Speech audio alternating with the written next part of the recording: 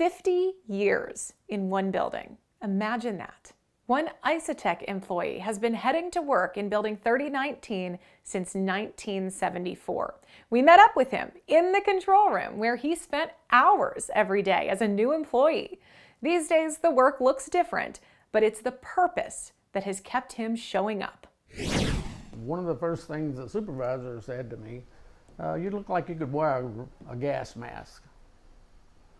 And yeah, I could.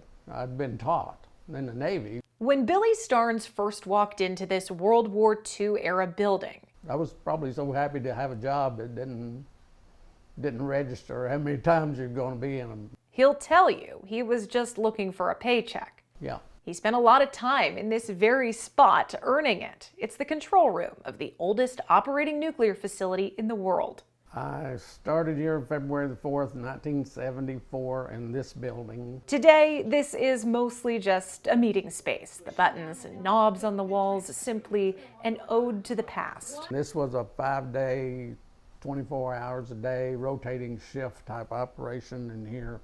All these little units were running. At that time, though, Building 3019 was a pilot plant. Employees here were testing radiochemical processes, specifically working with uranium-233. I was one of the first engineering technicians they brought in when they started ramping up the number of people to really go into production. It was created as an alternative nuclear fuel source, but would later be determined too difficult to use. What were some of the most meaningful moments spent here for you? Wow. In the early days, it looked like we were making a lot of progress from production and shipping, and there was some other materials that were stored here for many years, and those were solidified, canned up, welded up, stored.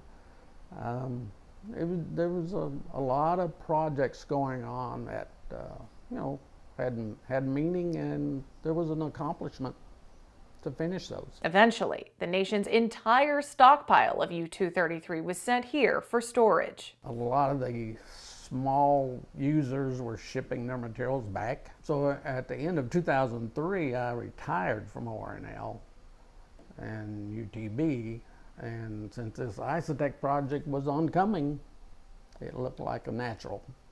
So I took two weeks off and went to work for Isotek.